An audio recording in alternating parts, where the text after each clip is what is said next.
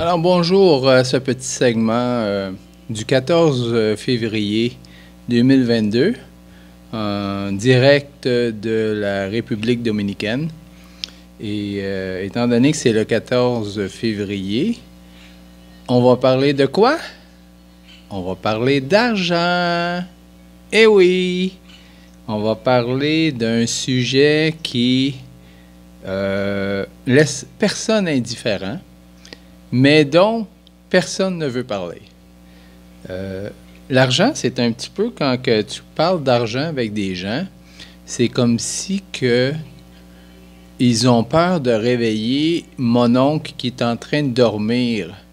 Chut, parle pas de ça, tu vas le réveiller. Parle pas de ça. Alors, c'est vraiment drôle la réaction des gens quand on parle d'argent. Puis, c'est un peu normal parce que l'argent occupe tellement un gros aspect de notre vie et elle est tellement déterminante, la façon qu'on la gère, si tu veux, qu'on la traite. Elle dirige, contrôle beaucoup d'aspects dans notre vie. Ça va jusqu'à la vie et la mort. Je vais parler des différents statuts d'argent. J'ai trouvé que l'argent peut être dans une des trois statuts suivants. OK? Alors, d'abord, pourquoi je parle d'argent? Pourquoi parler d'argent? Bien, parce que Jésus a parlé d'argent. Jésus a parlé énormément d'argent.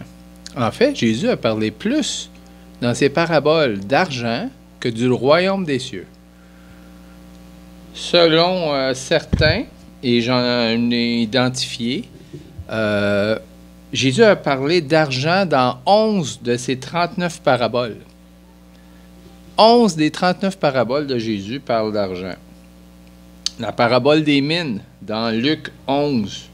La parabole du serviteur impitoyable, qui avait été pardonné d'une grosse dette, mais qui n'a pas pardonné à celui qui lui devait un petit montant d'argent, dans Matthieu 18, 23.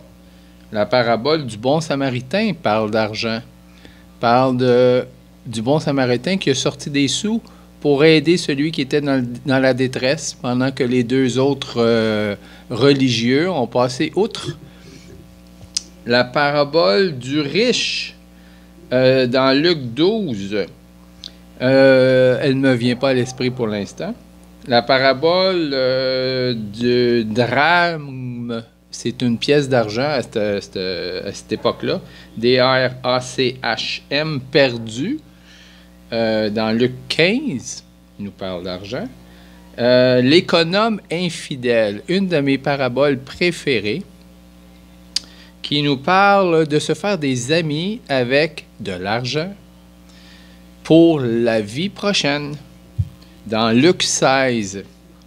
Et encore dans Luc 16, puisque le terme est administratif, l'argent, la parabole du riche et Lazare, dans Luc 16, 19 à 31. La parabole du riche et Lazare, je ne sais pas si vous la connaissez. Un riche qui vivait une vie luxuriante, faisait la fête constamment, et à ses portes, le pauvre Lazare. Et les deux moururent. Et vous pouvez lire la suite dans Luc 16, 19 à 31. La parabole des ouvriers, dans Matthieu 20, 1 à 16. C'est la parabole d'ouvriers qui rentrent dans la moisson à différentes heures, mais qui, à la fin, ont tous reçu le même salaire. Principe spirituel, dans Matthieu 20, 1 à 16. Matthieu 25, 14, la parabole des talents. Une parabole qui a changé ma vie. Dieu donne des talents. Les talents, c'était des pièces d'argent à ce moment-là. Un talent, je crois, ça représentait une journée de salaire. Et le maître a donné, le roi, le maître, je crois, a donné 5 pièces à un 2 pièces à l'autre et 1 pièce à l'autre pour qu'il l'administre, pour qu'à son retour, il demande des comptes. Ça, c'est la parabole des talents dans Matthieu 25, 14. La parabole des 10 vierges. Les 10 vierges qui voulaient acheter de l'huile. Les 5 vierges folles. Il y avait 5 sages et 5 folles. Les 5 folles voulaient acheter de l'huile avec de l'argent. Et leur argent ne servait plus à rien. Voyez-vous? Parce que les sages ne voulaient pas vendre leur huile. Alors, ils avaient de l'argent, mais ils ne pouvaient rien faire avec. Les 5 folles. Dans Matthieu 25, 1 à 13. Et finalement, la parabole des boucs et des brebis. Je l'ai inclus là-dedans parce que même si ça ne mentionne pas le mot argent en tant que tel dans la parabole, il est bien évident que on mentionne comment est-ce qu'on dirait ça? On mentionne inconsciemment, non, subtilement, l'argent, puisqu'on parle de partage, de donner de la nourriture aux pauvres, etc. Alors, forcément, on parle d'argent. Parce que, comme je disais tantôt, l'argent rentre dans 3 statuts différents. Alors, on a le statut 1 qui est la nécessité. Alors, il y a des gens qui ont l'argent pour les besoins nécessaires, pour survivre.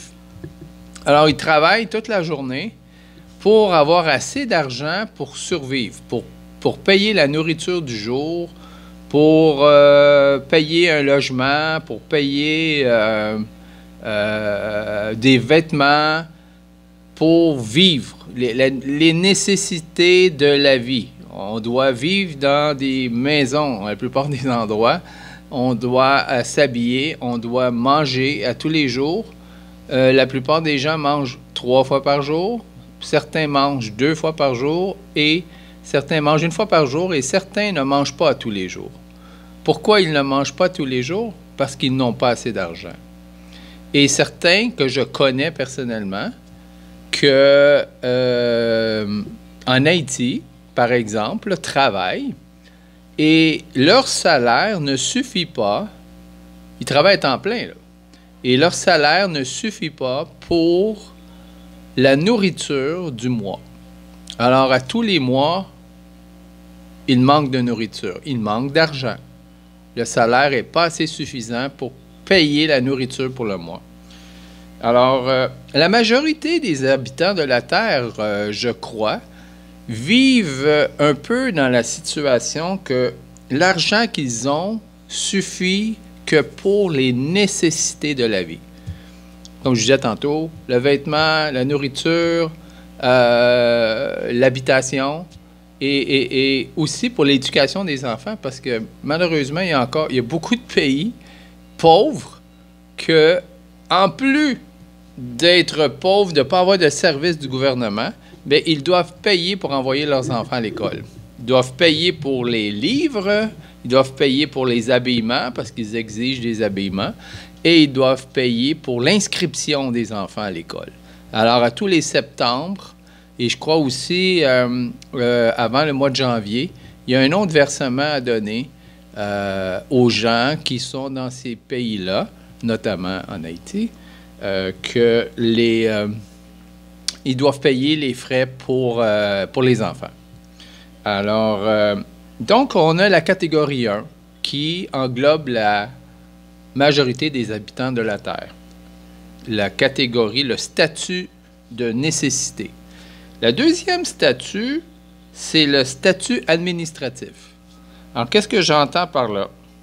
Et le statut administratif, c'est quand on en a plus que pour les nécessités. Alors, avec l'argent que nous possédons, l'argent que nous gagnons par un salaire, par des investissements, des héritages ou peu importe, des transactions, on a plus d'argent que nécessaire pour la survivance, pour les habillements, la nourriture, l'habitation, etc. Alors là, on rentre dans la catégorie administrative. Donc, si nous sommes dans cette catégorie-là, et la plupart des Occidentaux sont dans cette catégorie-là, nous avons un statut d'administrateur. Alors, beaucoup pensent qu'ils ont l'argent qu'ils ont pour leurs bienfaits à eux personnels et leur famille. Ils ont plus que nécessaire pour eux-mêmes, donc ils stockent. Ils stockent et ils gardent ça pour eux ou ils s'achètent encore plus de choses qui ne sont pas nécessaires. Et là, ils se croient en droit de faire ce qu'ils veulent avec leur argent. Mais du point de vue de Dieu, cet argent-là, qui est en surplus, rentre dans le statut administratif. C'est-à-dire que Dieu va vous demander des comptes pour ce que vous avez fait avec l'argent que vous avez reçu. Ce que vous avez fait avec l'argent que vous avez reçu. Alors, si vous avez reçu beaucoup plus que nécessaire pour votre vie de tous les jours, et que vous avez pris cet argent-là, puis vous l'avez gaspillé, vous l'avez stocké, vous l'avez gardé pour vous-même, vous l'avez mis dans un compte en banque, vous l'avez mis entre vos deux matelas, puis vous n'en avez pas fait profiter à personne, surtout personne dans le besoin, eh bien, Dieu va vous demander des comptes. C'est clair que Dieu va vous demander des comptes. Revoyez les paraboles qui parlent d'argent et les enseignements de Jésus, et vous allez vous rendre vite compte que si vous avez plus d'argent que nécessaire dans la vie, c'est pour l'administrer de façon judicieuse. Et ce que je voulais dire, faire une parenthèse dans le côté administratif. Vous savez, il y a plusieurs personnes qui veulent administrer votre argent. OK? Ils veulent s'occuper de votre argent. On parle de qui? On parle des institutions. OK? Les institutions veulent administrer votre argent. Donc, si vous êtes vous, des administrateurs d'argent, on a ces institutions-là qui veulent prendre possession de notre argent. Notamment les commerces, les banques, hein? Ils veulent s'occuper de notre argent. Et les institutions, notamment les institutions gouvernementales, OK? Et c'est comme ça qu'ils ont réussi à instaurer le système de taxation et tout ça, et de justifier toutes les taxes qu'on paie. Parce qu'ils nous ont fait à croire qu'eux étaient en meilleure position pour administrer notre argent que nous-mêmes. C'est-à-dire que ils nous ont fait croire que donnez-nous votre argent et nous, on va s'occuper, OK, de vos vieux, entre autres, de vos malades, de vos enfants. On va les éduquer, on va tout faire ça. Et on va s'occuper des pauvres dans le monde. On va s'occuper des pauvres dans le monde.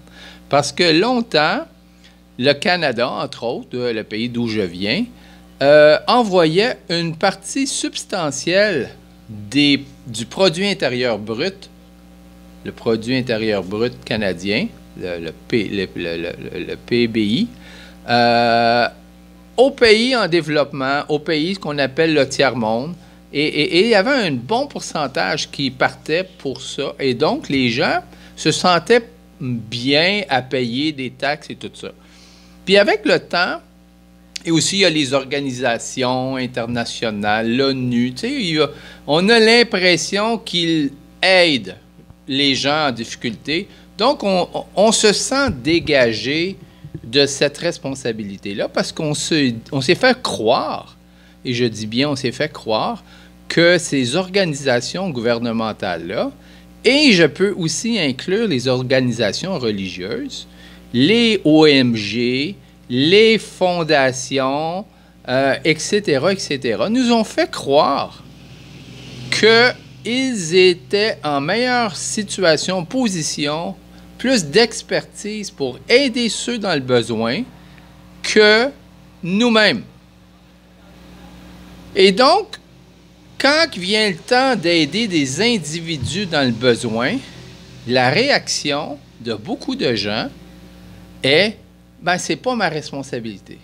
C'est pas ma responsabilité, c'est la responsabilité des organisations. C'est la responsabilité des gouvernements. C'est la responsabilité des ONG. C'est la responsabilité de l'un et de l'autre. Moi, je paie mes taxes et moi, je n'ai pas à m'occuper de ces choses-là. Ce qui est complètement contraire aux Écritures. Voyez-vous, quand Dieu va nous demander des comptes, il va dire... il y a eu des gens dans le besoin que j'ai mis sur ton trajet. Il y a eu des gens qui étaient dans les problèmes, dans les troubles. Il y a des gens qui avaient faim. Il y a des gens qui étaient en tourmente, qui étaient vraiment dans des situations désespérées. Et qu'est-ce que tu as fait? Est-ce que vous allez répondre, ben, j'ai pensé que le gouvernement était pour les aider. J'ai pensé que telle et telle organisation était pour les aider. Ou est-ce que vous allez répondre, Seigneur, j'ai fait ce que j'ai pu, j'ai donné tant bien que mal une partie de ce que j'avais. Il y a juste deux réponses. Donc, comme je disais, il y a plusieurs personnes qui veulent gérer nos argents et qui nous font croire qu'ils vont utiliser cet argent-là à bon escient. Et malheureusement, ils ne le font pas. Et on se rend compte de ça lorsqu'on voyage. Lorsqu'on voyage, entre autres en Haïti, on se rend très compte que toutes les organisations internationales ne font à peu près rien. Depuis le tremblement de terre de 2010, il ne s'est à peu près rien fait. La capitale est encore démolie, les lumières ne fonctionnent pas, les gens sont dans la détresse, il y a encore des énormes campements, les maisons n'ont pas été rebâties et les gens sont toujours dans la détresse. Et les millions et les millions et les milliards même qui ont été donnés aux organisations qui devaient aider les gens ne s'est pas rendu. Il y a des gens, et il y a toujours des gens, qui s'enrichissent avec ces organisations-là caricatives, qui sont censées aider la population, mais ils ne le font pas. Ils donnent des maigres pourcentages. Ils se paient des gros salaires, des organisations, de la publicité, récoltent des énormes montants d'argent, et s'il en reste, ils vont en donner aux personnes à qui ils ont dit qu'ils étaient pour faire.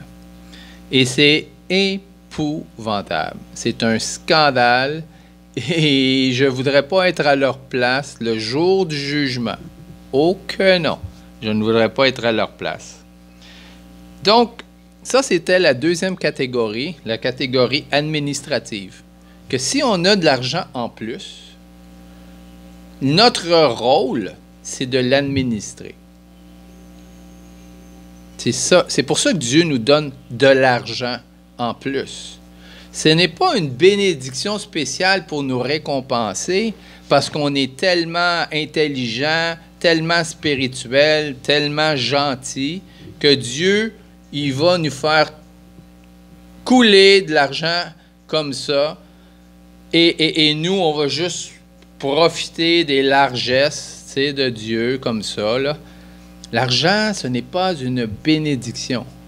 L'argent, c'est une bénédiction dans le moment, dans la catégorie 1, la nécessité. Quand on rentre dans la catégorie 2, l'argent devient une administration, une responsabilité. Plus vous en avez, plus vous êtes responsable. Vous avez plus de responsabilités que celui qui n'en a pas. C'est ça, le rôle de l'argent. Et la troisième catégorie. La troisième catégorie, c'est l'idolâtrie. Alors, il y en a malheureusement beaucoup qui sont dans cette catégorie-là. Alors, ils ne sont pas dans la catégorie 1, puisqu'ils n'ont beaucoup plus que le nécessaire. ils ne sont pas dans la catégorie 2 puisqu'ils n'administrent pas l'argent comme Dieu voudrait qu'ils l'administrent. Ils gardent l'argent pour eux-mêmes et ne font plus confiance à Dieu, mais font confiance à leur compte de banque. Font confiance à leur compte de banque, se fient à leur compte de banque pour subvenir à tous leurs besoins.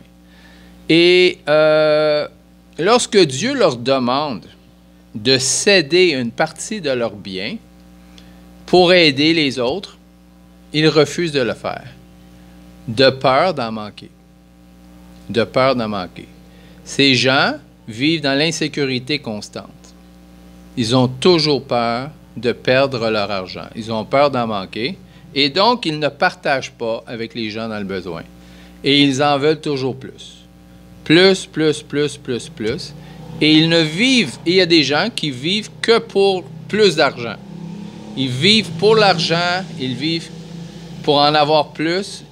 Et le but de leur vie, c'est l'argent. L'argent est devenu le Dieu.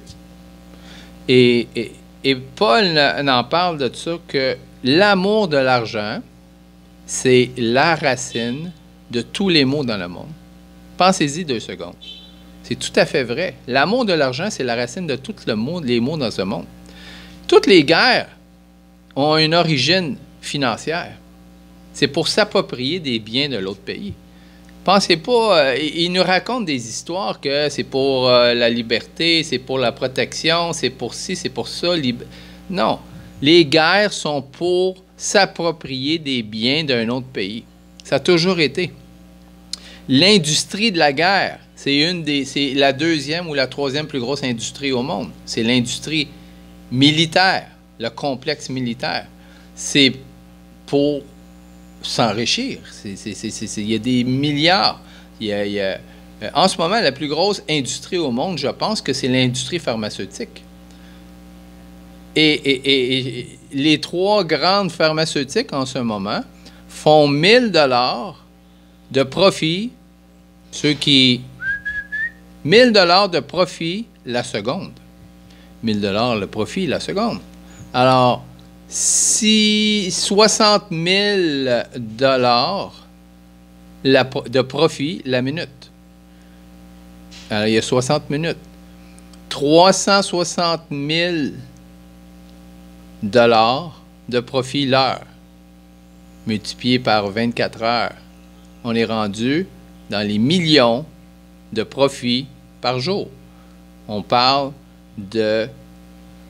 Je suis sûr que je pense que c'est plus que ça. C'est même plus que ça. Ils disent, on dit 1 000 $, mais je pense que c'est 10 000 $ la seconde. Parce que ces industries-là, ils génèrent des profits dans les milliards de dollars. Et tout est motivé par l'argent dans ces industries-là. La médecine d'aujourd'hui, c'est motivé par l'argent. 50% du budget du Québec est dédié à la santé. Ça n'a rien à voir avec la santé. C'est 50% du budget est dédié à la maladie. Parce qu'il n'y a pas d'argent à faire avec la santé. Est-ce que vous avez déjà entendu un docteur ou un pharmacien dire mange moins de sucre, fais plus d'exercice, coupe l'alcool? Ils sont là pour la maladie. Ils profitent de la maladie. Donc, la racine de l'amour de l'argent, c'est une racine de tous les maux dans ce monde. Et ceux qui ont l'amour de l'argent rentrent dans la catégorie de l'idolâtrie. L'idolâtrie. Et aucun idole n'entrera dans le royaume des cieux. Non, parce que Dieu est suffisant. Dieu est suffisant pour subvenir à nos besoins. Dieu prend soin de nous. Il faut lui faire confiance. Il faut lui faire confiance. Et si Dieu te demande de te libérer de ton porte-monnaie, eh bien, fais-le. Fais-le. Ne sois pas comme le jeune homme riche. Le Jésus a dit au jeune homme riche, va, prends toutes tes richesses, vends et donne-le aux pauvres. Et suis-moi. Et suis-moi. Et il faut être prêt à faire ça. Il faut être prêt à faire ça. Si le Seigneur te demande de donner ton portefeuille, donne-lui ton portefeuille. Vaut mieux perdre ton portefeuille que de perdre ton âme. Et dans le cas du jeune homme riche, il a perdu son âme à cause du portefeuille. Ne faites pas l'erreur du jeune homme riche. J'espère que ça vous a béni et à la prochaine.